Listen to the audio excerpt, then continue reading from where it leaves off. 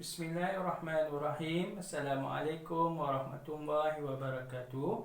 Kepada murid pemulihan khas Bahasa Melayu tahun 3 bijak, Sofia Hazlinda dan Hairul Nizam. Baiklah, untuk hari ini kita akan teruskan lagi sesi PDPR kita menggunakan modul bantu kendiri pemulihan khas Bahasa Melayu yang telah cikgu edarkan pada minggu lepas. Untuk itu, kamu boleh buka modul tersebut untuk sama-sama mengikuti sesi PDPR pada hari ini. Untuk hari ini, kamu perlu menulis semula ayat yang diberikan berdasarkan gambar. Di sini, pada muka surat yang pertama ini, ada 4 gambar. Dan pada muka surat yang sebelah, untuk 25 Ogos juga, ada 4 lagi gambar. Jadi, untuk hari ini, cikgu akan berikan penerangan serba sedikit mengenai latihan yang perlu kamu lakukan sebelum kamu buat sendiri nanti. Baiklah, di sini ada 4 gambar dan ada 4 ayat di atas ini.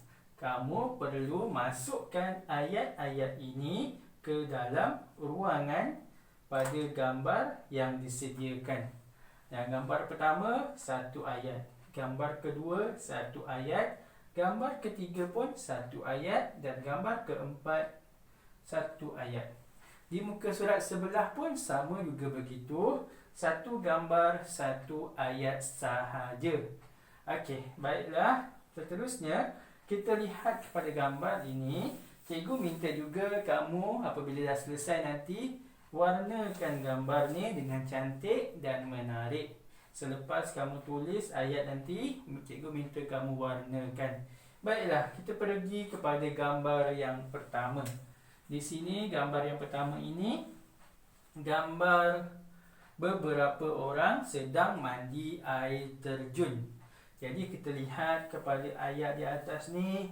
Ayat yang pertama, Haris mandi di air terjun. Ayat yang kedua, ayah memancing ikan di sungai. Ayat yang ketiga, mereka berkelah di pantai. Dan ayat yang keempat, Sahlan bermain layang-layang di padang. Jadi kita lihat pada gambar yang pertama dahulu. Di sini kita gambar yang pertama. Gambar yang pertama, beberapa orang sedang mandi air terjun. Jadi kita lihat pada ayat yang atas ni, Haris mandi di air terjun. Terus kita dapat ayat yang pertama, gambar yang pertama. Jadi contoh di sini cikgu buat satu. Kamu perlu tulis mengikut ayat yang terdapat di atas. Di situ, Haris mandi di air terjun.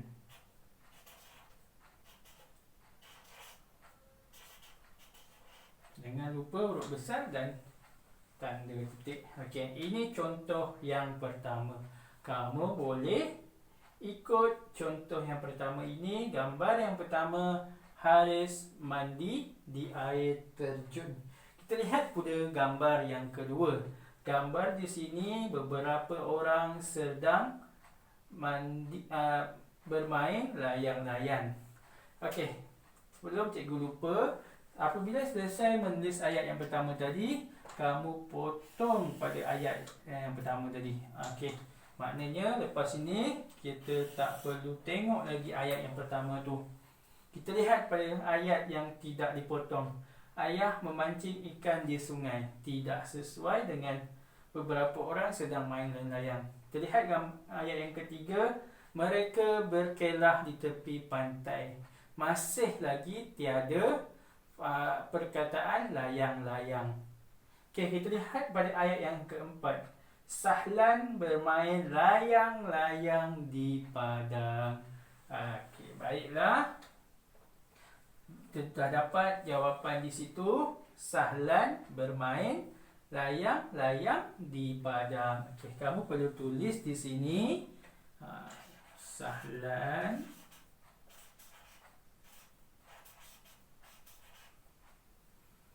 bermain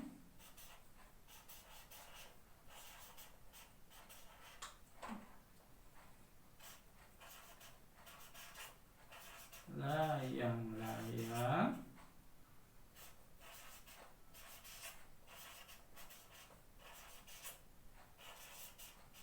di padang.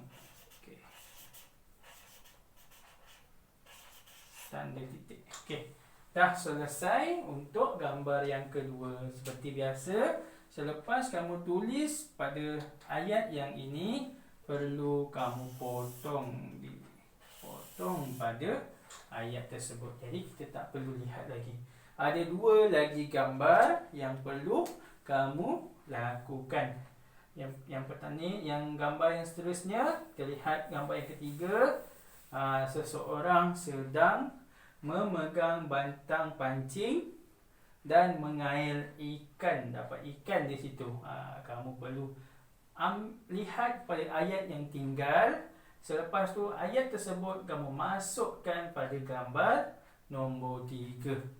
Di situ terlihat ayat yang tinggal, ayah memancing ikan di sungai. Dapat dah jawapan di situ. Nombor 3, gambar nombor 3, ayah memancing ikan di sungai.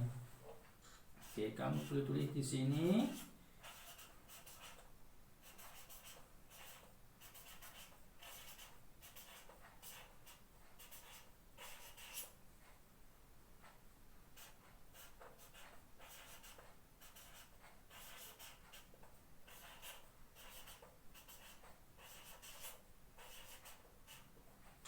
Dah selesai, dan jangan lupa untuk potongkan pada ayat yang telah kamu tulis di sini.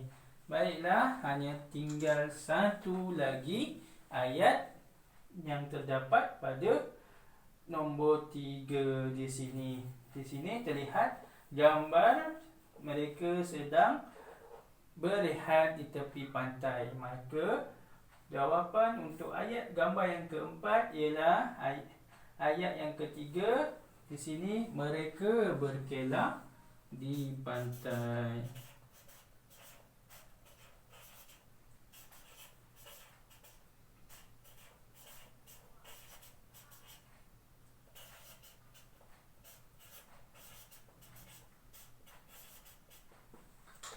Dah selesai menulis semula ayat berdasarkan gambar yang diberikan. Di sini dah tulis 4 ayat. Kamu boleh menulis mengikut apa yang telah cikgu buat. Keliru sahaja ayat ini, tulis semula dengan cantik. Tulisan kamu perlu cantik dan boleh dibaca. Baiklah, selepas selesai kamu tulis ayat ni, seperti yang cikgu pesan tadi, jangan lupa untuk warnakan gambar ini. Untuk muka surat sebelah pula, cikgu minta untuk kamu buat sendiri, seperti yang telah kita bincangkan tadi. Tengok gambar dan cari ayat yang sesuai. Itu sahaja untuk hari ini. Jangan lupa untuk isi kehadiran kamu pada pautan yang diberikan. Cikgu harap kamu dapat mengikuti sesi PDPR pada hari ini. Sekian, wabillahi taufiq wa hidayah. Wassalamualaikum warahmatullahi wabarakatuh.